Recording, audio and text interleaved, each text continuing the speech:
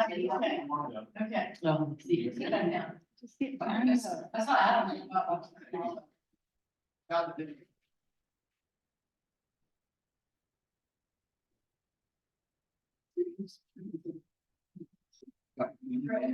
I'll call the meeting to order. Would you please stand, join me in the pledge? Pledge allegiance to the flag of the United States of America and to the republic for which it stands, one nation, under God, indivisible, with liberty and justice for all.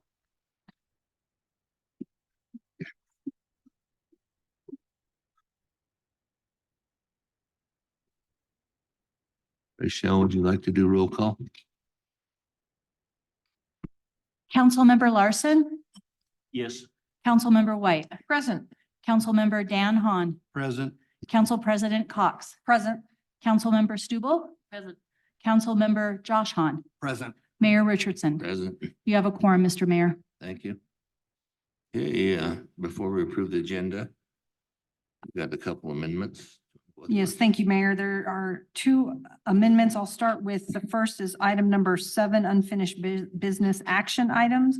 That ordinance should read 2024-6, not 4, -4. So if we could amend that. And then I think Councilman Stubble has an amendment as well.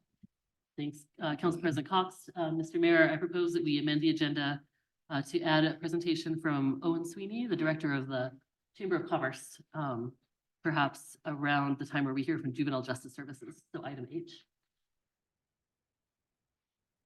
And that's regarding a budget request.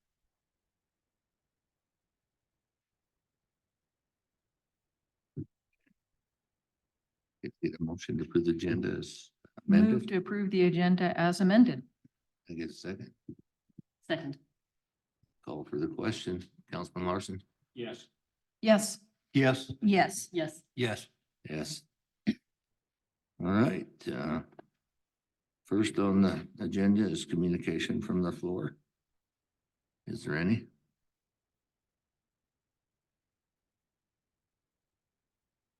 Okay, seeing there is none, we'll move on. Mayor and council updates. Let's,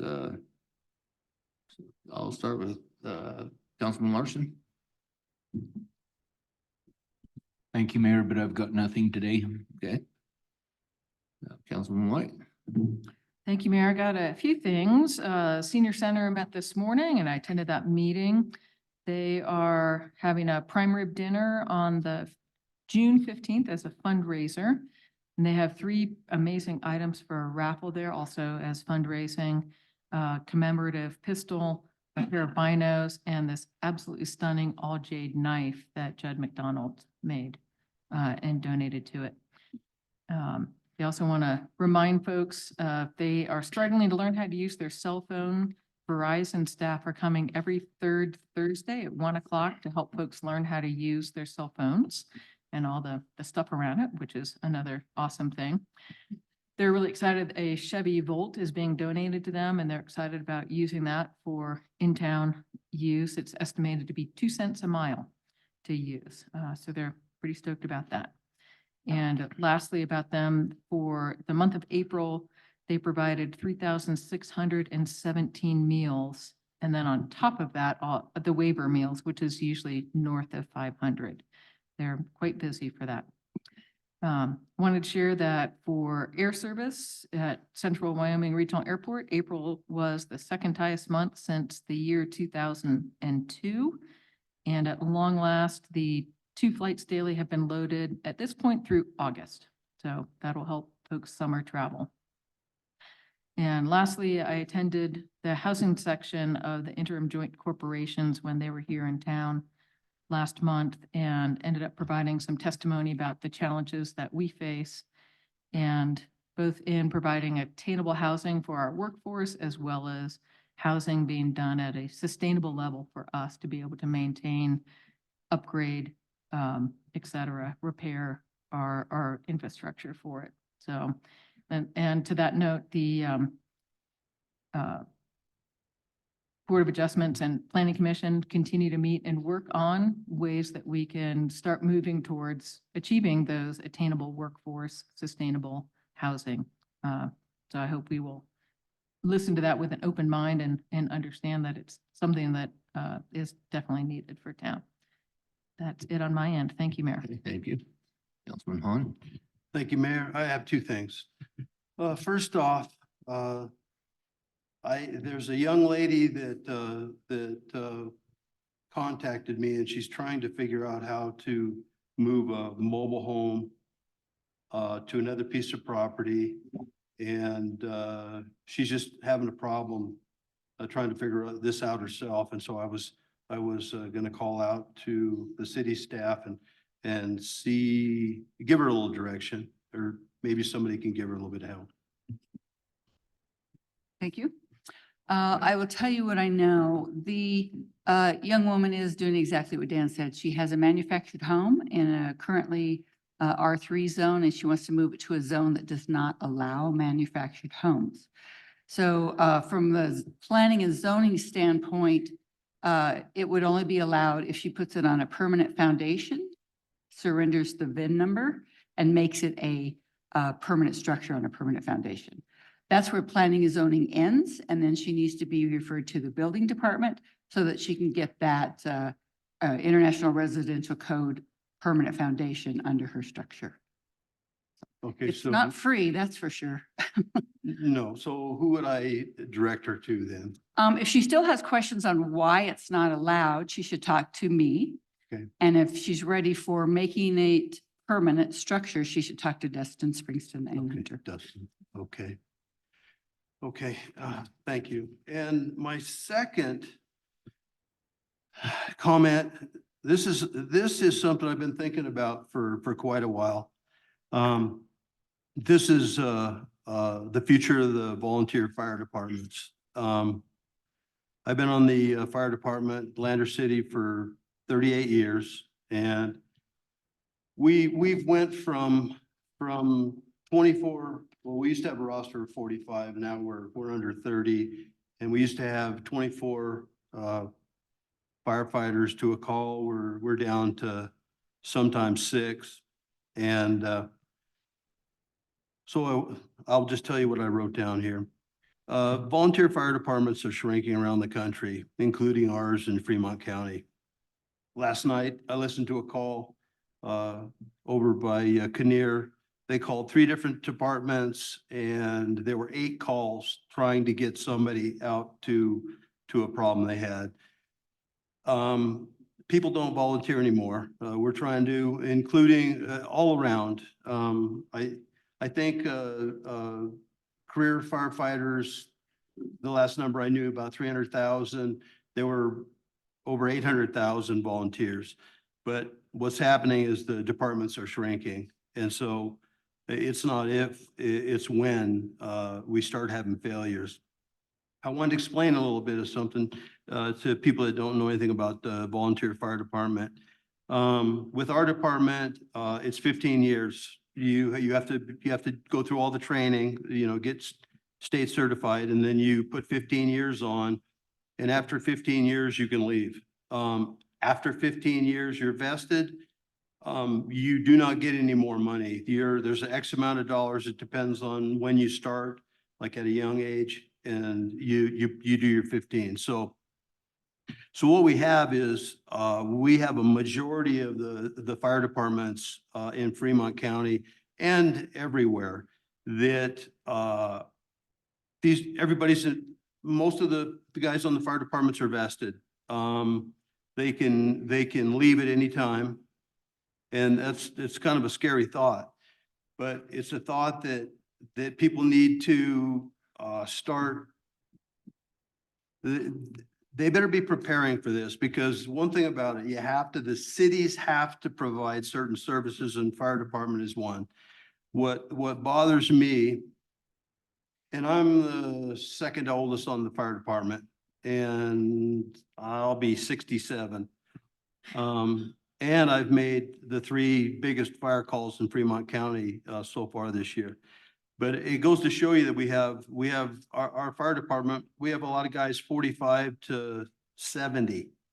And they're basically, these departments are getting pushed to the limits, and nobody wants to volunteer.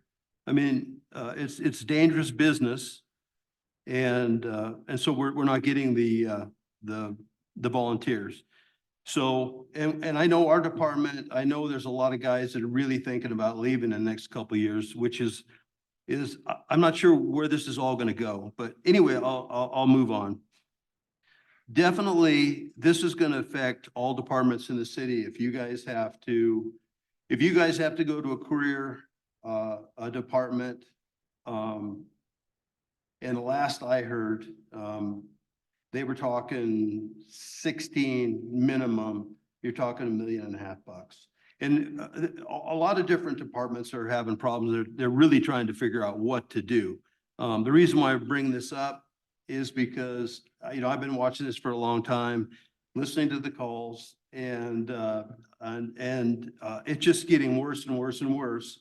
And it is definitely, it's what department is going to fail first. So, but I was talking to some of the older guys, and they were talking about some different departments. They're trying this up north, and I think it's Powell, and I think there's Powell's started this. But what they're trying to do is they're trying to keep the people they have. I mean, this is just buying time. I think that unless there's a huge change in the volunteer situation, I think we're just going to have a failure in the end. But what they're trying to do is they're trying to do a pay-per-call type of situation to keep the people they have. And that's why I'm bringing this up. I don't know if that's going to work. I think this is a new situation that people are trying to work on, but just my perspective, I think that if you wait all the way to the end to failure, I mean, that's what you have. If you try to implement something, maybe you can keep older guys around, like me. And I mean, not me per se, but the guys that are 40, 50, 55, whatever. But I don't know where this is going to go, but I can tell you this, that I think that something's going to happen. I think the writing's on the wall. And every volunteer organization sees it because people aren't volunteering. And then you throw the danger involved, and it's no different than the police department. When you go on a fire, you don't know what's going to happen. I mean, it just happens. But anyway, I think that people should be thinking about this. And I think that if you wait too long, it may not work anyway. But I just wanted to let everybody know that the fire departments are really, really going downhill. And I was talking to the rural guys today, and they have the same thing. They can't get anybody on, and in fact, they're being pushed. They're being pushed pretty hard. And that's the thing. I mean, what a lot of these places do, they expect a full-time police department from volunteers. And then you take volunteers that have got 15, 20 years. I've got 38 years. I can walk away at any time. You can see how ugly this could be. So anyway, that's all I have to say about. I think it's a huge concern, and if you go to complete failure, it's going to be in your lap. And I know you say I can't afford it, but I can tell you one thing: if the fire department collapses and if you have to do it, which you have to, then it's going to affect everybody. So I guess we'll see what happens. And this is me. I haven't been talking to the fire guys. I'm just the second oldest one in the department, and I see bad things coming, and I just want everybody to be aware so they're not blindsided. So anyway, thank you, Mayor. Thank you.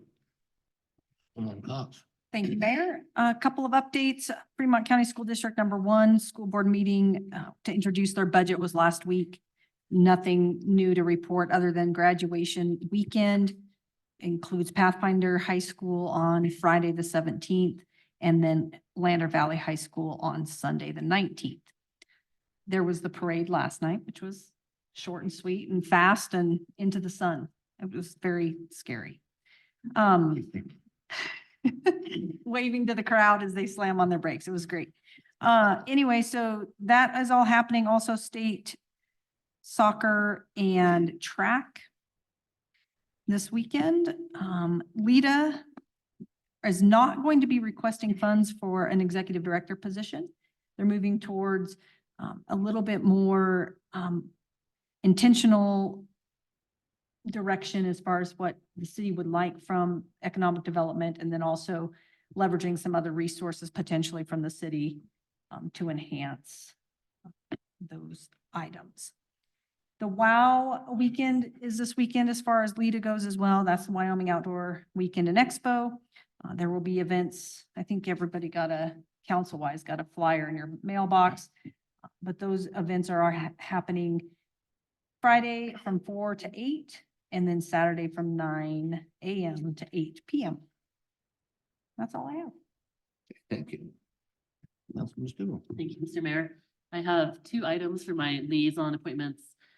First is an update from the Energy and Environment Task Force, where at the recent meeting, I was really impressed to learn that a couple members of that task force have been having in-depth and very influential conversations with Wyoming Energy Authority staff around the authority's grants that are available for energy efficiency projects, and that there's some tweaks that could be made to those requirements and criteria for those authority grants that the EME task members from Lander have been very helpful and influential, I think, in suggesting some adjustments so that those grants can help meet the needs of municipalities like ours. So just very proud that those are the sort of minds and volunteers who are coming out of Lander to help us, but are also have an eye on increasing opportunities for other towns like ours too.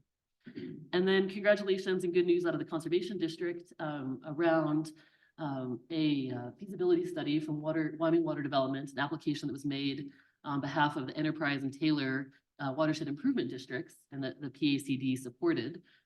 Their application for a feasibility level 2 study from Wyoming Water Development around increasing storage in Worthen Reservoir was successful and has been funded. So it's just it's a feasibility study. They're going to look at a lot of options to see what possibilities there are for increased water storage up at Worthen. So congrats to everybody at the Watershed Improvement Districts, Enterprise and Taylor, and the PACD, and I'm sure a host of other stakeholders too. I hope I'm not missing staff, but I'm sure who are influential behind that as well. So good news for all of us. That's good. Thanks, Mr. Mayor. Yeah. Councilman Hahn. Yeah, I just wanted to say congrats to our LVHS senior Tigers for graduation. And I want to wish you all good luck on the next part of the adventures in your life. And I hope you guys, some of you can stick around and keep this town young. Thank you. The volunteers are hard to come by, every group we got, so, yes, Before you go on, let me. I want you to go ahead before I go. Okay, thank you. Just a quick one is that, the fireworks are confirmed, from, Tara Roman. And so, that's good news. It's gonna be up there, behind the Life Resource Center, and, went up and looked at it there yesterday or something where the display is going to take place. And I think that it'll be a great place to have taken care of, and no issues unless we have a drought and everything turns dry and dead. But right now it's looking really good. It's good news. Good. Good. Well, that's good. So, but I know what it takes to put one on, so it takes a lot of work. So, but anyway, when I was headed, I just kind of escaped away from me now. No, that's all right. Let's just move on with the department head updates. Chief? Just a few things. David Milovich, our new officer, was sworn in today, so tomorrow he'll start running his career in Lander. A little bit about David. David has 7 years of experience behind his belt. Riverton wasn't happy, but he came over from Riverton. But he applied and the board chose him. So the only other things are body cams. We finally got all that sorted out after, couple of years of dealing with that and finding the most cost effective. So those actually have been shipped. They were supposed to be here today, so hopefully they're here tomorrow. So we'll get that up and going, and also get a modern body cam instead of the older ones that we were dealing with. Then the last thing, just to let you know, I submitted the behavioral grant. That's the DUI team grant that was awarded to us last year. They've actually changed us and dropped us from a grant program and direct awarded us. So the good thing is in the future, we don't have to apply for that grant anymore. NHTSA and the state have deemed that that program is no longer a pilot, and that's been proven to work, which we've seen that in our just dramatic decrease when it comes to roadway fatalities and how it is making a difference. So that'll be nice in the future of not having to write that massive grant. They're just going to direct award, and it's not just Lander. They're awarding money to all the everybody connected. So you got Lander, Riverton, Fremont County, Shoshone, Du Bois, not yet. But so it's a good thing moving forward. You don't have to worry about that. That's permanent. So I'm sure some people might be unhappy, but the DUI team is here to stay. So that's all I got. Yeah, I know, Chief, you have another appointment, so whenever you gotta leave, you can leave. Lance?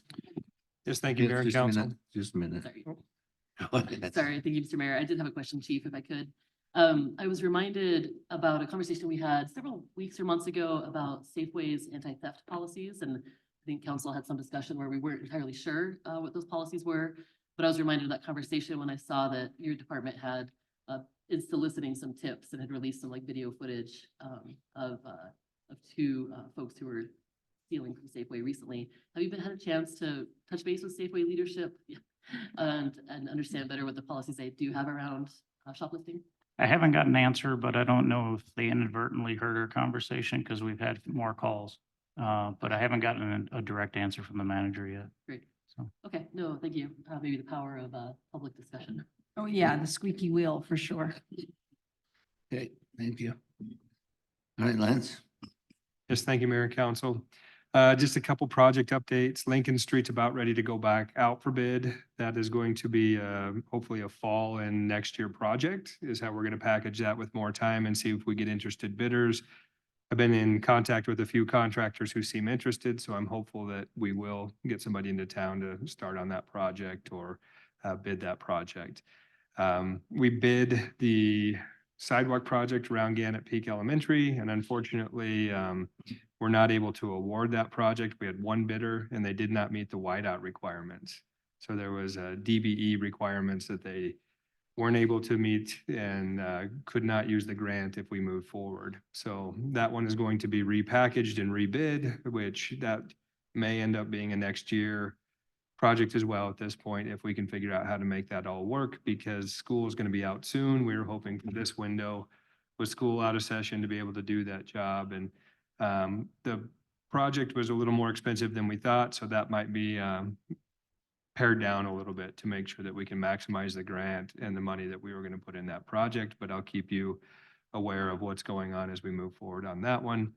And then we're hoping to get hot mix into town from 71. They're about our only supplier around to be able to do patching here this month. We'll try to get as much in as we can. We know the roads have a lot of gravel in them right now, just asking people to be patient, and we'll get that pulled out, squared up and patched up where we have a lot of issues. So you'll see our crews working on hot mix here pretty soon as well. Happy to answer any questions you may have as well. Question for Councilman Hahn. No, Lance, I have a comment. I was down in Arizona and it's the first time I've ever seen it. Slurry seals. They were doing what they call the 40-pound slurry seal. And it is fast. I mean, they do a street, and basically what it is for all the people here is it's like a 3/8 minus So it's like 3/8 rock to sand. And they have an emulsion, they mix water with it, they churn it up into a slurry. And they've got this, there's a big screed in the back that holds the slurry, they just pour it out. And they drive, they'll run down a block, they'll do a block in few minutes. And then they come back and they'll do both sides. And then they'll wait and they'll come back and they'll do it. And I think it's 6 or 8 hour dry time. And it's unbelievable. And I was wondering, you know, with some of the streets that we have, if it'd be possible to because it seals everything, you know, which some of these streets are absorbing a lot of water. Have you guys ever looked into that? We've looked at a lot of different pavement treatments. Some of it we're limited on, as far as contractors who do that locally. You know, if they have the ability to bring that in and if they would bid a project like that. We've looked at pulverizing asphalt and relaying it, you know, just different coatings. And we've been kind of around the chip seal because that's what the local contractors do, but have seen slurries where they mix in different materials. I'd love to get a contractor on board that would try some of these different ideas and methods to be able to do projects like that, but we're kind of limited as far as expertise in some of these rehab projects. It looks good. Yeah. I mean, it's unbelievable, as quick as it is. I mean, I don't know the cost, but I mean, that'd be interesting to test a couple of streets and see how it holds up in the winter. And we've done a couple wearing courses on different projects and we get, you know, 2 to 5 years on the surfacing coating that contractors use around here, but it'd be nicer than having to clean up all those chips if you could get something that would bind a little better. And, you know, our last chip seal project wasn't exactly what we were hoping for, but, you know, it's something we can do to protect pavement. I think that's great. And if somebody's open to new ideas or techniques and you're aware of around here, I'd be definitely open to seeing what they're doing and if we can apply it here. Yeah. Thanks. Okay, thank you. Anybody else? None. Regine? Thank you, Mayor. I just want to clarify that the level 2 study that Taylor and Enterprise Ditch Companies are put in for it's not Worthen expansion, it's Worthen Fry expansion. So it is, those two are intrinsically tied together, right? Because we release out of Worthen directly into Fry. So it is Worthen and Fry, and we're trying to get additional storage pool for late season irrigation. So. The only other thing I was going to say, I told you last time that we were going to let the chamber MOU expire and the chamber would like to reopen those negotiations, but I'll just defer that conversation until Owen comes up because he's on the agenda now. So. Any questions? Questions? None? Thank you. Sorry. Lift committee met last week. We had 6 applicants. One pulled their application. We're doing a pitch night tomorrow night. We have invited Councilperson White and Cox to attend during pitch night. We will be having a special or another meeting on the 28th of this month, only so we can bring those evaluations and recommendations forward to you so we can get these people funded for events that'll be taking place over the summertime, particularly one that was over the summertime to make theirs. Since we missed not giving money out a period and it kind of messed up people's schedules. So that will help accommodate them to get funding for their event. Auditors are here testing right now, today and tomorrow. So in June, you'll be seeing an engagement letter from them. That's about all I have. Hey, thank Any you. questions? No, but you reminded me of my thunder though. I was gonna tell you that, I'm gonna interrupt real quick, that I appointed both Melinda and Missy to the lift committee board. Nobody else was knocking down my door, so they volunteered, so I figured those are the 2 we'll go with. And then I think they can get us on the straight and narrow. Okay, Attorney Phillips, I don't have anything tonight, but I'm happy to answer any questions anyone might have. have any questions for Attorney Phillips? None? Michelle? I have nothing either unless somebody has questions for me. Okay. All right, moving on. Let's move to the consent agenda. Item A, approval of April 9th, 2024, regular city council meeting minutes. B, authorize approval of April 23, 2024 work session city council minutes. And C, approval of bills and claims. Anybody have any problems with those? Move to approve. Got a motion? Can I get a second? Second. A motion by Councilman Larson, second by Councilman Cox, to approve the consent agenda. If there's no other discussion, call for the question. Councilman Jehan? Yes. Yes. Yes. Yes. Yes. Yes. Yes. Okay, moving on to item 7. Approval of third reading ordinance 2024-6, fixing and determining the mill levy if necessary. And that's to raise our taxes. We get the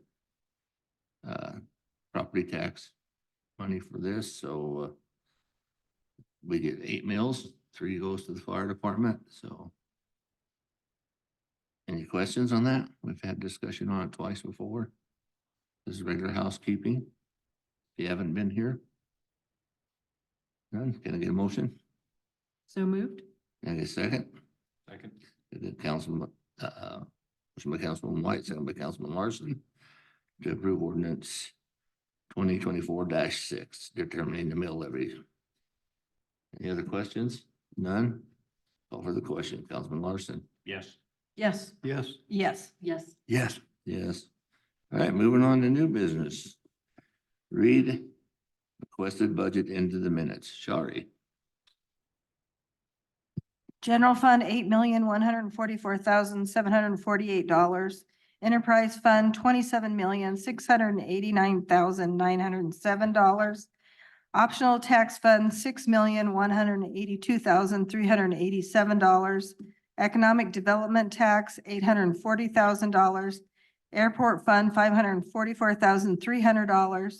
Capital Projects, $1,147,895. Senior Center, $35,300. This will be for final vote and approval on the June meeting. Okay. Mayor. Question? Thank you, Go ahead. Mayor. And Um, public hearing. Thanks, Shari. Can you remind me if we have a discussion to be had about a change to the proposed budget? If you want to hear that discussion tonight, is that best at the upcoming May work session? Probably if tonight would be fine, or if you want to discuss it at the work session. If the change is just general fund to general fund, department, that's where most of them, is that the direction? Is that what you're thinking? That Yeah. is- Yeah, knowing that we have a budget request coming from the chamber that would be a change to the proposed agenda, we can maybe discuss that at that time. And I'll just say, Mr. Mayor, while I have the mic on, it's worth saying, I think that once again, this budget, this proposed budget shows really sound stewardship from the council, but really also from you, Treasurer Laura, that we have reserves to be proud of. We have 6 months of reserves, a little over that. We have a healthy, or at least comfortable feeling equipment replacement fund, which we might receive some more overages from this year's budget as well. I'm proud that we're able to offer a 5% cost of living increase for our staff. Once again, it's a document that reflects, I think, our values and the direction we want to go, and it's a very far-thinking and pragmatic approach to addressing the issues that we know will be coming down towards us in coming decades. So thank you. And we'll up to board discussion with the council, but I'm grateful. I would suggest we do it at the next meeting, because I know that Regina's working on the memorandum of understanding for that. And so you could be looking at both of those at the same time and make that decision. Okay, that sounds great. We'll hear the presentation tonight from Mr. Sweeney and then can discuss that at the next meeting. Thank you. Okay, Oh, you can go. anybody else? Yeah, I have a comment. Go ahead. Thank you, and I would echo those comments as well. I do wonder if we should be thinking about our budget as it relates to our strategic plan and our outputs and what our goals are for the next, we did a lot of work with that strategic plan early on, and just, I don't know if there's an opportunity that we could get back at it in July potentially, where we're, looking at what we're doing fiscally and how it compares to what our goals are. I actually messed up on that because Regine had suggested that to me, but after I had that whole Excel spreadsheet done, I didn't have time to go back and put where they were meeting our strategic planning, but Regine had already told me that, suggested that for that meeting. So I apologize. We can have it on the next work session one or in the June meeting when you get that budget. Okay. That sounds great. Thank you. All right, anybody else? All right. Moving on. Do we need to approve that budget? Or not yet? It's just to be read into it. Okay. All right, next, new business, item B. Approval of Wind River Visitors Center budget. We've had discussion on that.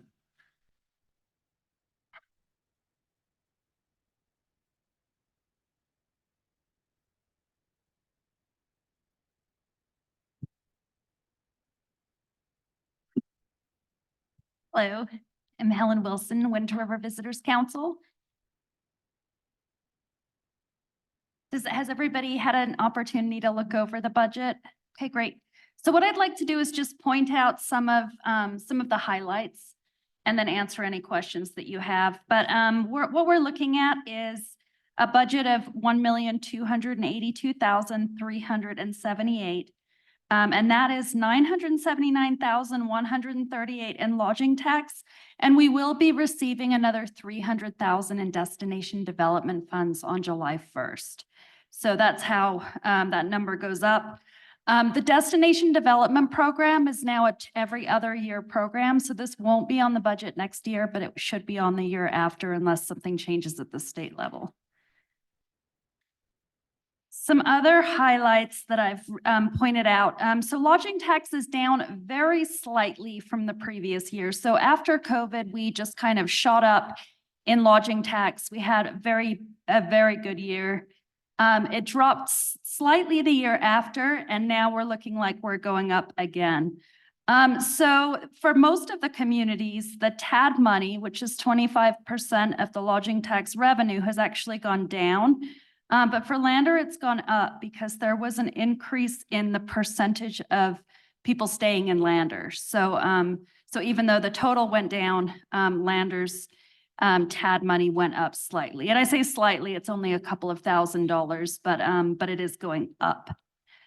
We've been working a lot on our international marketing campaigns. One thing that's really exciting is we're working with a program called Great America West, which is a combination of the states in the West. And it means that we get a lot of additional perks. And so our international marketing, while we're spending less, we're actually doing quite a bit more. So that's been really exciting. I just attended the International Roundup Convention in Casper, and it was quite the experience. It was described to me like speed dating. You get 10 minutes with each table.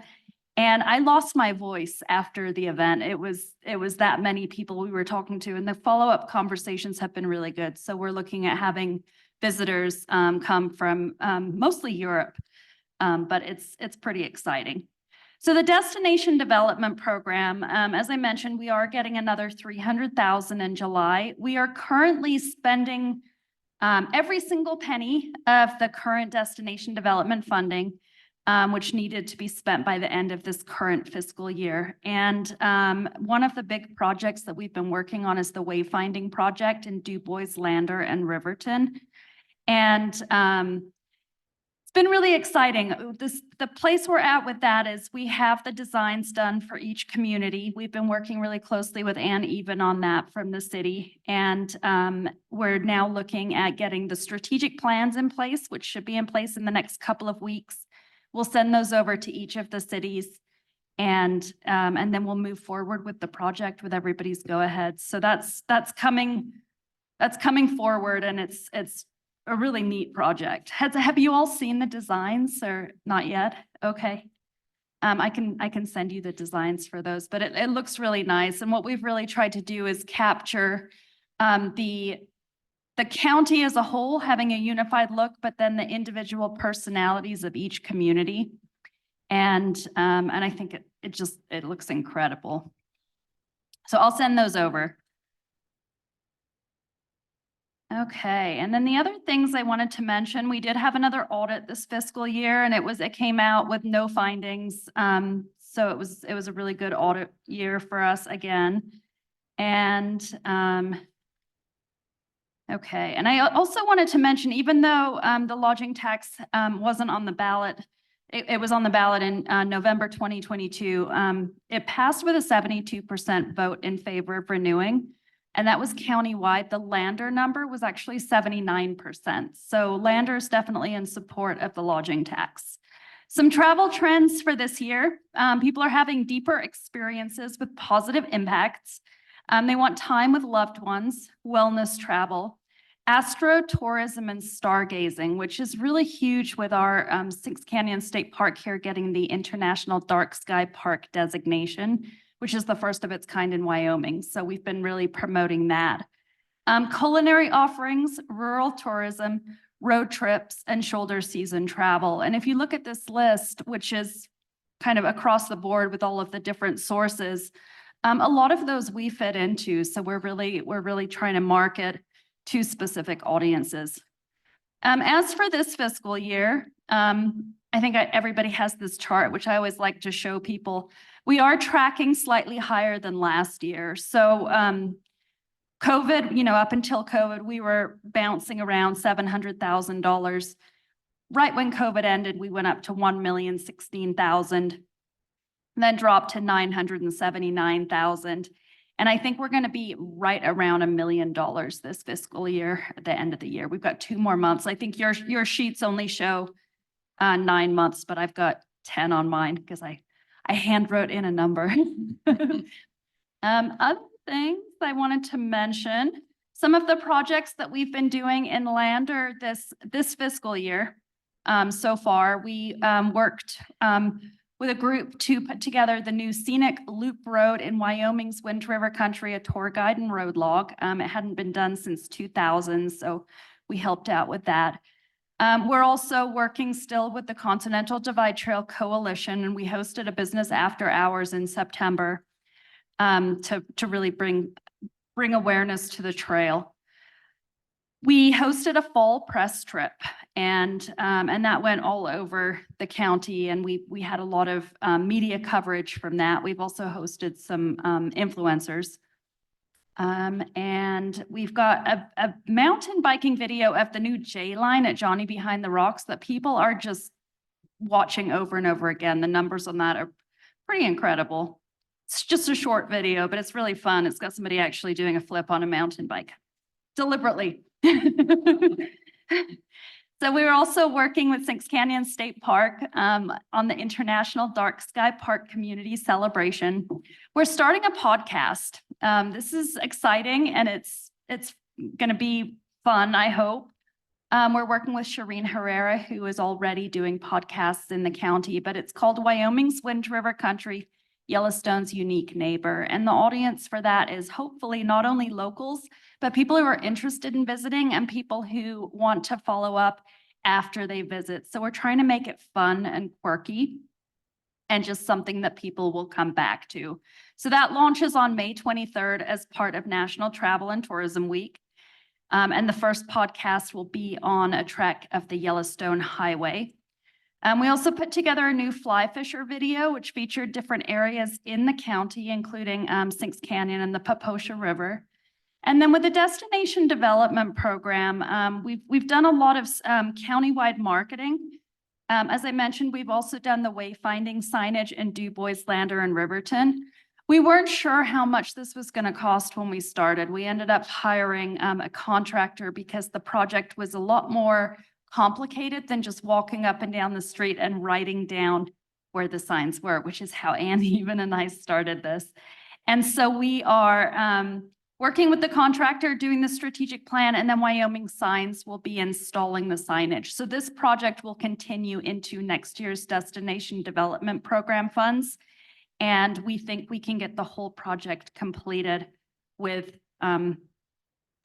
these funds, which end June 30th, and then the new funds, which we receive July 1st. So there's really there's no break there. And that's what I have. As I think everybody here knows, we go through this process every year of getting approval. When I leave here, I'm going to Hudson. They've got it on their agenda tonight as well. But what we're looking for is approval of our 2024-2025 budget. Thank you. Any questions? I do. Thanks, I have a Mayor. question right here. Great. Thank you. Thank you, Mayor. Mhm. And thank you, Helen, for coming. And also, I'd like to draw attention to, you do have some carryover funds in this budget, which I think speaks volumes to what you're doing as a visitor center, or for not visitor center, but visitor council for us and our community, but also being a steward of and being fiscally responsible. My question for the destination development funds is that's on the biennium. Mhm. And so can you carry that over? If you don't spend all of it, it has to be spent within the year, but only awarded on the biennium. Exactly. So what we did this year was we had all of the projects and we had them all completed. The projects have to be done and paid for they have to be paid for by June 30th. So we got that final number and then I got the exactly down to the penny what was left, and I had the sign company invoice us for that. So that'll be our deposit, and then we'll continue the project. But we can't have, if we have anything left over, we actually have to return it to the Wyoming Office of Tourism. That was going to be my next question. Thank you for that. And I think too, just to understand the lengthy time of the wayfinding signage, when I was on council previously, that was the discussion through the chamber. The chamber had initially started the wayfinding signage idea, and then I think it was just like too much. And so then I think there's this partnership is what I'm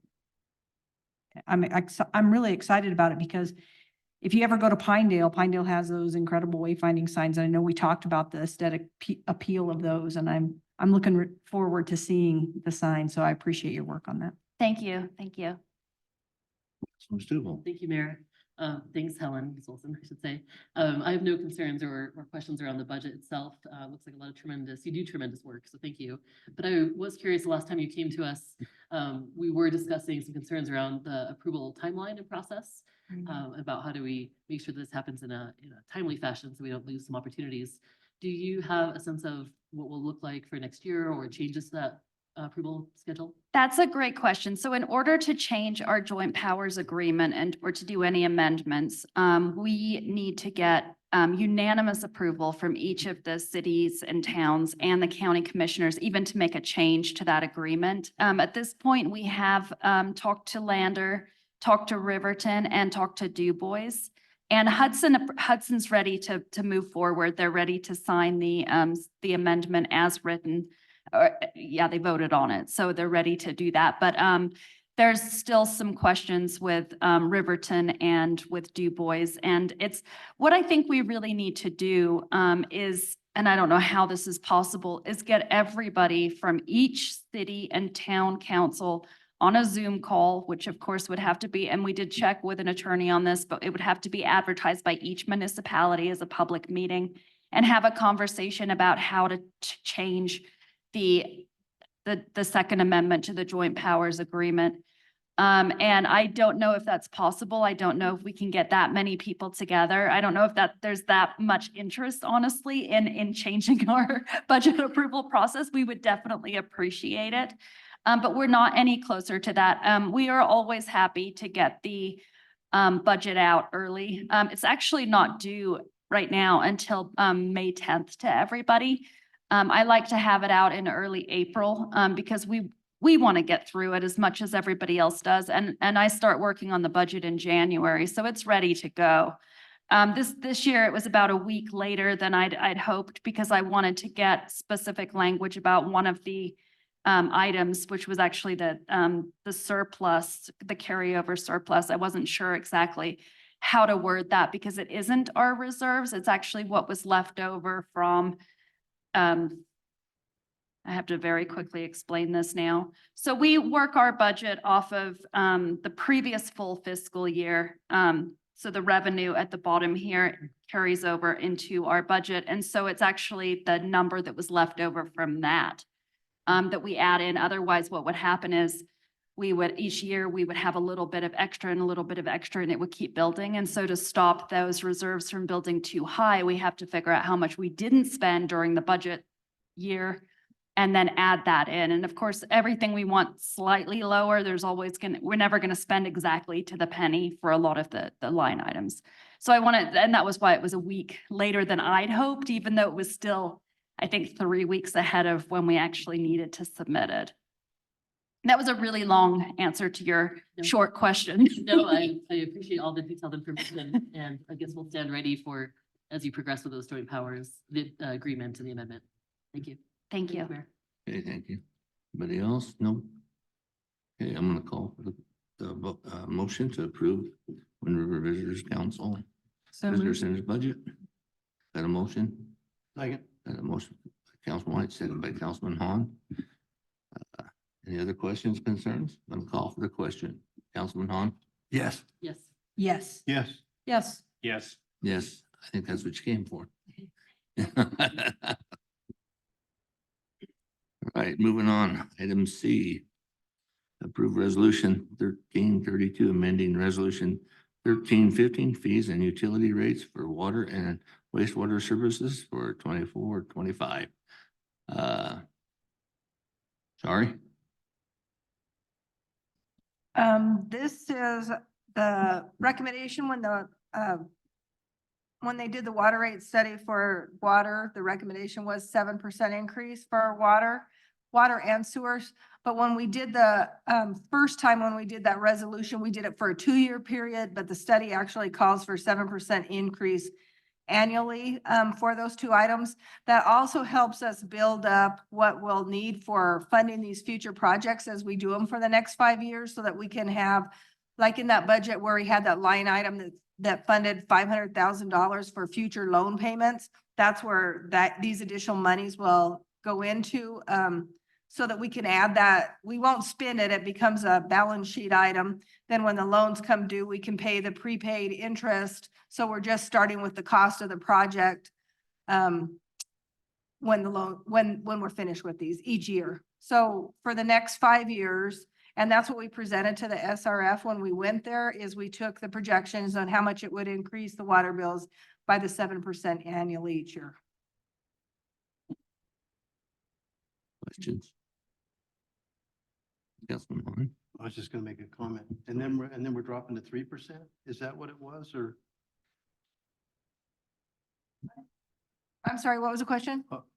We're going for 5 years at 7 and then dropping to 3%? Is that what we? were Well, thinking? we'll have to see. I mean, in a perfect world, we'll have this first bulk of loans that we have done paid off, and we could start our next, $45 million worth of projects, which Lance is already starting to scope out what streets will be the next priority. So I can't say that it'd be 7, but who knows? I mean, it will depend on the environment and where the interest rate is at and how much we get and how much debt forgiveness we get at the time. Anything else? And call for a motion. Mayor, I move approval of resolution 1332, amending resolution 1315. Okay, I get a second. Second? The motion, Councilwoman Tubal, second by Councilwoman White. Any questions, concerns? We'll call for the question. Councilman Larson? Yes. Yes. Yes. Yes. Yes. Yes. Yes. All right, moving on to item D. Appoint Jeremy Forbes to the Lander Housing Authority Board. Jean? Thank you, Mayor. This is to replace Tracy Rue, who you authorized a resignation last meeting. Jeremy has graciously agreed to be on the board. He brings a wealth of knowledge in running a state facility and going through a state medical construction. So great find that we'll have there. These are 5-year terms. He'll finish out Tracy Rue's term for 3 years, and then he would have the option to join for another 5 years. Is he here tonight? He is not. No. Oh, okay. Let's see who it was. Hmm. Okay, thank you. Okay, any other questions? Can we also make a comment that, Go I ahead. mean, Regine, you said what I was gonna say exactly. So when I saw this appointment, really grateful to Mr. Forbes and really thrilled, frankly, to have his depth of experience on the housing authority right now. I've met with him several times and I think he's a great find. So he's gonna help that housing board quite a bit, so. Can I get a motion to approve Jeremy Forbes? I'll do an enthusiastic motion to approve Mr. Forbes. Agreed, just a terrific addition to that board. A second? Second. A motion by Councilman White, second by Councilman Stubble. To authorize Jeremy Forbes, appoint Jeremy Forbes to the Lander Housing Authority Board. I'm gonna call for the question. Councilman Hahn? Yes. Yes. Yes. Yes. Yes. Yes. Yes. Item E. Approval, improvement Lander Housing Authority 2024 amended bylaws. Regine. Thank you, Mayor. We, as a board, try to update these. The reason we're updating them now is because we added section 7, which is the required public officer fiscal training that all of you guys have to take, so that our housing authority board would have to take that. That's the one change we made. And then the other change we made is on the second to last page under membership. And we're just saying that when 2 candidates of equal qualifications are presented, then the candidate with the health industry experience should receive preference, just because we're embarking on this new venture. Basically, that is the only updates that the board has suggested. Any questions? Can I get a motion to approve? Second. Got a motion by Councilman Larson, second by Councilman Cox. Any other questions, concerns? I'll call for the question. Councilman Hahn? Yes. Yes. Yes. Yes. Yes. Yes. Yes. All right, moving to item F. Approval. Approve the authorize the mayor to sign city hangar lease agreement with Sam and Abby Rogers at Wind River Aviation for the airport hangar 300. Which one do you want to talk about that for a minute? He's our new mechanic up there. And he's going to be renting our hangar that we have that was there before with Gary Loest. So you got that, Adam?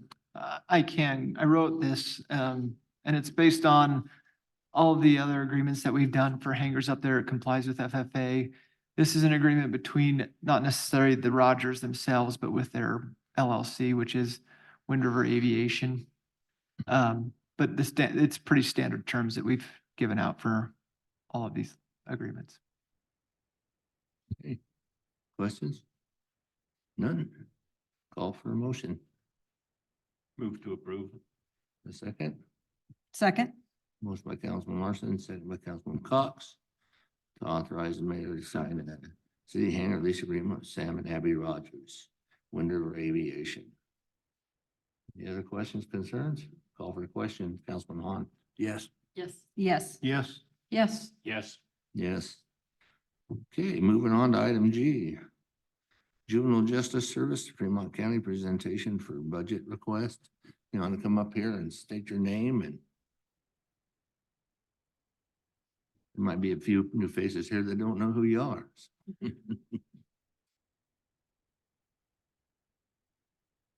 Yep, right there. I figured it out.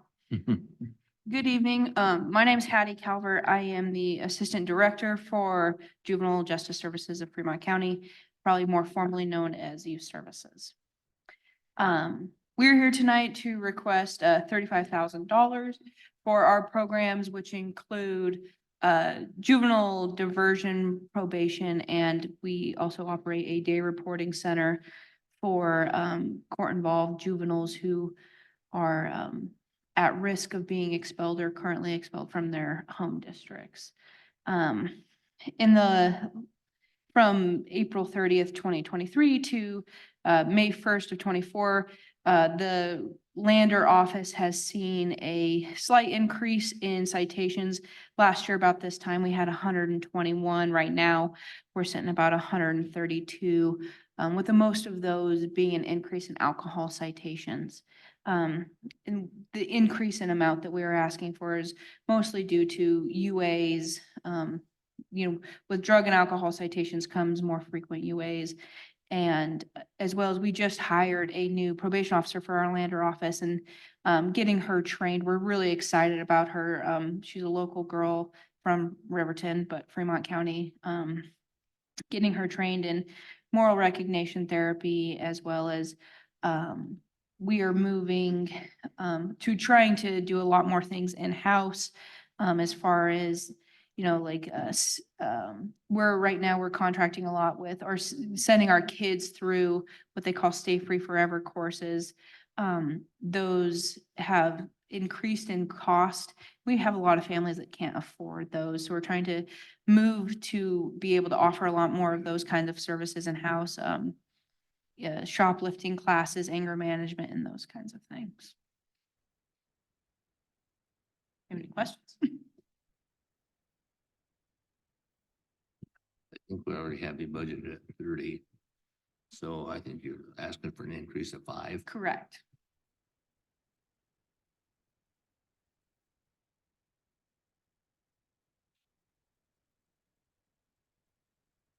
I do have a quick question. Go Megan. ahead. On this graph, it showed there's some bar graph as far as color goes. I'm assuming those are separated out by race. Is that Correct. okay? So the And blue, my copy is not colored, so they are hues of gray for me. okay, so I'll just, by way of the total number. So 132 being the total, so all of that is pretty easy. Blue is the total. 52, the next one, is gray on our sheet. Correct. Do you know if that's, I believe that is Native American and Okay. the 75 is Caucasian. The one is Asian Pacific Islander and number 3, I think, is Hispanic. okay, makes sense. And I will also note, I don't know what your alcohol citations were last year. We show a total of 32 drug citations through this time frame. Do you know if that's up from last year? That is actually down from last year. The biggest increase this year would be the alcohol and DUIs. We have seen both in Riverton and Lander, you know, I've been doing this for just a little while. And when I first started, we did not see DUIs. In the last year, we have seen an increase in Riverton as well as Lander. Not, you know, one is too many, but we have seen, I believe in total in county, we have seen, I believe it was 8 DUIs, juvenile DUIs. Yeah, that's too many. Yes. And that's a trend that's worth looking into a little bit. I'm sure we can talk to the chief about how we would want to respond as a community to that, but that is certainly concerning. We went for a long time without seeing one. Yeah, that is, you know, our office is definitely concerned in that number. Teen drivers are one thing, but teen drivers under the influence are, you know, significantly increased risk. Anybody else have questions? Councilman White. Thank you, Mayor. Super. Thank you for coming in the presentation. Are you requesting increases from the other funding entities? Yes, we did request an increase from the city of Riverton as well. Well, Mayor, it's not the moment for us to make that decision, but I'll say I'm in favor. 5K is not much to add, so hopefully it'll be impactful for you, but Thank you. not something I'm concerned about for us. Move on. Yeah, another discussion to have, since we're having the topic right now. Yep. Anybody else? Yeah, thank you, guys. Thank you, Ms. Calvert. Appreciate it. What was that? Said thank you. We appreciate you. Thank you. Have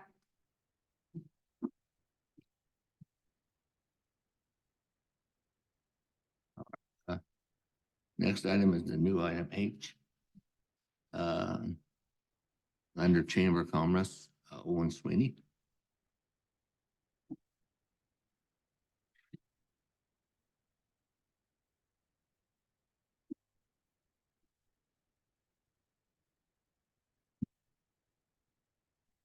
Thank you, Mr. Mayor, President Cox, members of the council. I want to thank Councilmember Stubble also for agreeing to amend the agenda so we can have this discussion.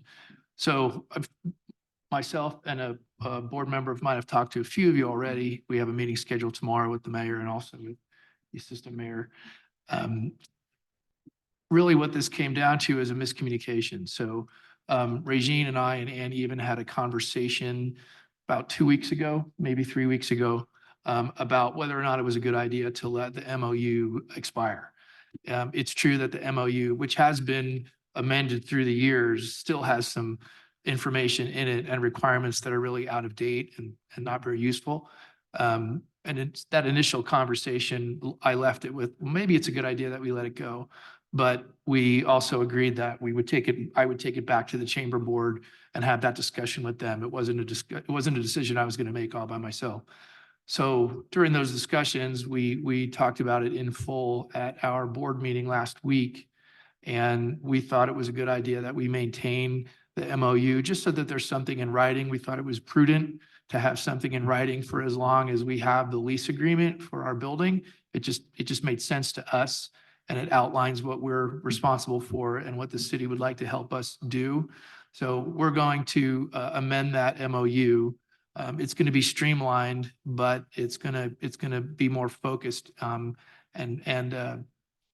be more appropriate for the amount that we request.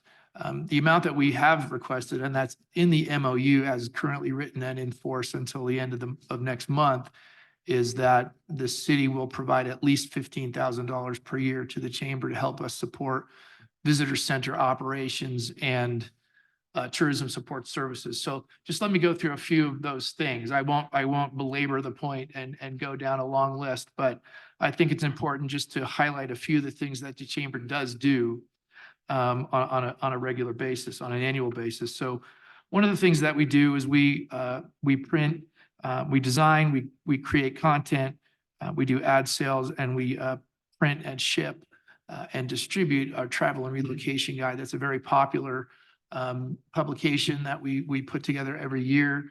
We distribute that all over the city of Lander. We also distribute it to our member hotels and casinos in the county and in Riverton. We also put together welcome bags and welcome packets for any and all requests that come to us and say, hey, we're going to have an event in Lander. We put those travel and relocation guides into the hands of hundreds and hundreds of people every year. And it's a wonderful, it's sort of a co-purpose there. It's of course to get people to want to stay here in Lander and take advantage of the wonderful things that they can do here on their personal time. But it also is an opportunity for our members to promote themselves.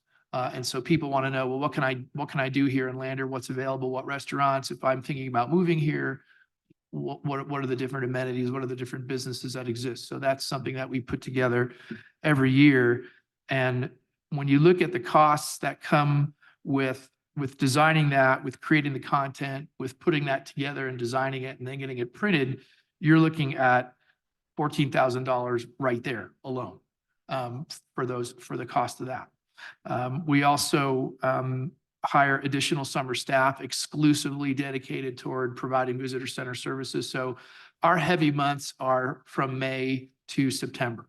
So for those 5 months, we see over the course of an entire year, we see more than 2,000 walk-in visitors. But in the summer months, that's extremely heavy. But sometimes in June and July and August, we see 500 people over the course of 1 month. So we have a specific staff member that we hire part-time, and that person paid part-time work $15 an hour. That's $6,300 there. So you're already over the $15,000 that the city provides to us. So we've been grateful for that. We also consider building cleaning and maintenance. We also have utilities to pay for. So we've appreciated the subsidy that the city has been providing for us for several years now, and we would like to maintain that. Additionally, we also manage the Tourism Asset Development Grant Program on behalf of the city. So for those on the city council who may not remember or may not know, we are appointed by the city of Lander to run that program on your behalf. And we distribute about $70,000 a year in TAD grants to individual nonprofit organizations that run events and programs that are designed specifically to attract outside dollars to Lander. And what the annual budget item that we request every year, that helps us actually, because how do we want to, let me back up. So what we've done over the years is because the $15,000 that the city provides only covers so much, we have been using lodging tax funds that's voted on by a committee of community members, where I present a budget to that committee and say, hey, we want to distribute these TAD funds. We want to give them primarily out to community members. But hey, the chamber is still providing visitor center services that are deeply connected to the tourism industry. And we've been able to rely on those lodging tax funds to help defray those costs. So the more we can get support from the city, the less we have to rely on subsidies from the lodging tax, the more we can give those out to individual organizations and their events. There's not an event that happens in Lander that isn't helped in some way by a tourism asset development grant. It's a fantastic program. You heard from Helen before. She's doing a fantastic job, and we have a great partnership with them. So all those things together, ballpark, you talk about more than $30,000 in cost annually to the chamber to provide that. So we would appreciate the continuation of this subsidy to help us do that work. It's important. It was a wonderful idea, and I thank the city for all those years ago engaging with the Wyoming Business Council to get that grant to build that visitor center on Main Street. That's the reason it's there. It's to get people out of their cars into that visitor center so that we can turn around and then keep them here for an afternoon, for an evening, get them to stay in our hotels, get them to eat in our restaurants. And it's been a tremendous success. So I thank you for the support that you've given to the chamber so far. And I would request that, of course, pending the successful amendment of the MOU, that we continue that budget request for the next year. Questions? None? Yep. Thank you Thanks, for Matt. having me. I appreciate it. Okay, thank you very much. Certainly.